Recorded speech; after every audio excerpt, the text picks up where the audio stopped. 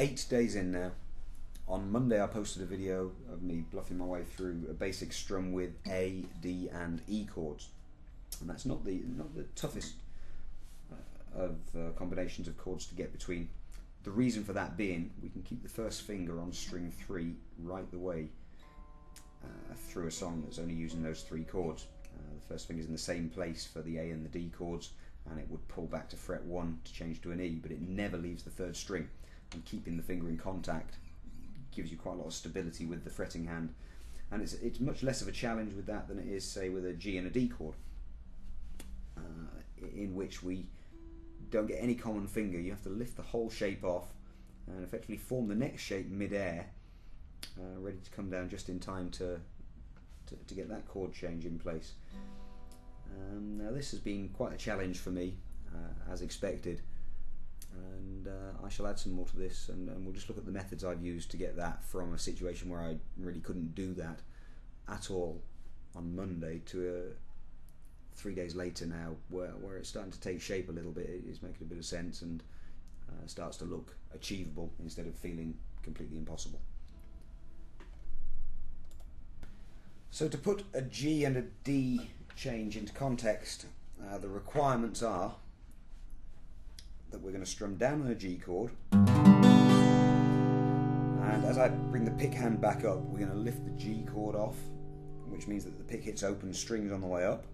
As I'm strumming up, I'm forming a D chord mid-air, ready for the pick hand to come down again, and the chord will drop onto the fretboard just, oops, I've missed badly, just in time for the pick to get there. And to go back to the G, it's going to be the same mechanics in reverse. The D lifts off as I start to strum up, meaning that the pick hits open strings, form a G chord mid-air, and as the pick hand starts to drop, we drop the G chord on, which gets there just before the pick, and alternating these two is a tough exercise. I missed it both times there. I have been doing this better in practice. G and D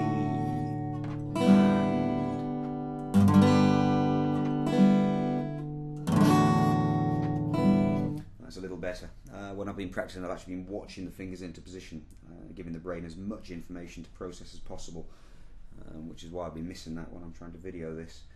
In my practice, I've been sitting there in this sort of position, watching those fingers. There's nothing wrong with that at all. Of course, we want to end up being able to do this without looking, but the best way to get that is to watch everything that's happening and make sure it looks right. Now, I couldn't do that at all on Monday, so I chopped this exercise down. Pretty standard way of doing stuff. You chop it smaller and smaller, and the first building block to get that functioning is learning to change from a G to a G. So it's exactly the same mechanics, but we're going to get rid of the chord change, or the change of the shape of the fingers anyway. We're still going to change, but from a G to a G, which looks like this. Down on the G, and then up with the shape lifting off on the open strings, and down on a G, and up on the open strings. So it's G, and change, and G, and change.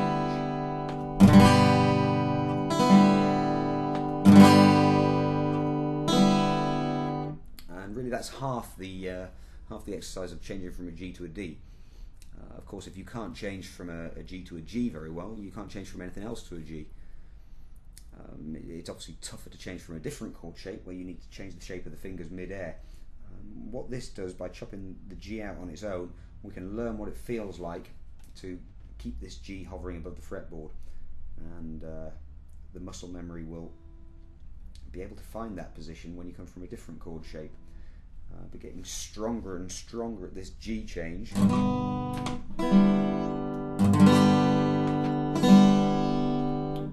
It is a nice way into this. It's not horrendously challenging. If you can watch the fingers into position, you should find you can control these at a slow speed, and if you find you can't, then go slower and slower and slower until you find a speed you can, even if it takes all day.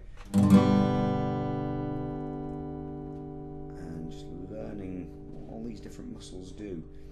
There's a lot you can pick up from stuff like this. It's very basic, in many ways, but is very complex in other ways. Now the second building block is of course going to be the same, but learning to change from a D to a D.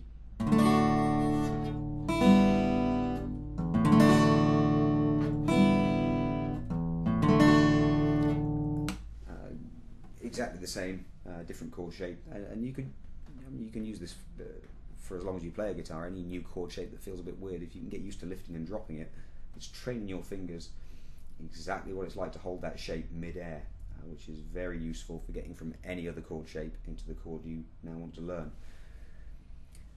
So on Monday I couldn't really do any of this. On Tuesday I managed to get the G and the D functioning, albeit very slowly, as I've just demonstrated, and I've clocked that at about 20 beats per minute. And then 2 days later that's now up to 30 beats per minute. So it's not fast. I mean, really you're going to end up being able to do this at 200 plus beats per minute comfortably without thinking about it. But you'll get that by keeping it clean, keeping it right at this sort of speed, and just watching that improve. So 50% improvement in 2 days, and I'm quite pleased with that, because it did feel tough beyond belief the first time I tried it. And 2 days ago, although I could start getting the G and the D upping and downing, I couldn't really get from the G to the D and make any sense of that, whereas just practicing now I've started to get a bit of shape coming into that.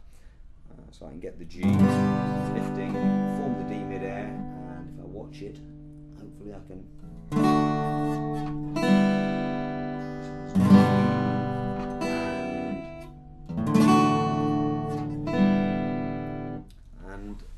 from putting a marker down on the 19th 2 days ago to say that I couldn't actually do that, I can now clock that at about 20 beats per minute. So the G and the D on their own are about 30 beats per minute, and this G to D change 20 beats per minute. And often the biggest breakthrough is to get from that situation where you can't do something to where you can do something, however slowly, and you know it's right. And that's really been all my practice, just the pure mechanics of this. It's not very exciting, not very musical, but it is, as far as I'm concerned, the quickest way to get something like this functioning in context. So 20 beats per minute on the G to D today. I shall keep you posted on the progress of this, and from my experience with students, we should be able to see some fairly steady progress with this over the next week or so. Whether I'll do much else, I don't know. Of course, the musical side of my guitar playing is taken care of by playing the normal way around, so I'm quite happy to sit here and just bash this and mechanics to try and get it going as quickly as possible. Normally with a student I'd recommend they mess around with some other stuff and actually enjoy their practice. Having said that, this sort of stuff can be quite fascinating, especially if you are keeping a track of how your times are progressing, and then it becomes a situation where you've got a high score to beat, and the satisfaction you can get from that can probably outweigh any enjoyment you get from messing around with stuff and not doing it very well. So each to their own, but as long as there's a focus on getting this type of stuff better, it doesn't have to take that long until it goes from the situation where you can't do it to where you can put it in context and start bashing out a few songs with G's, C's and D's. So I'll give it a couple of days probably, and then return and let you know how this is coming on. Let's see if I can double the speed of these in a few days perhaps. That would be a good challenge.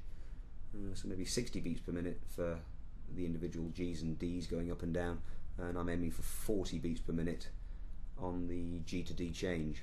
I'll keep you posted.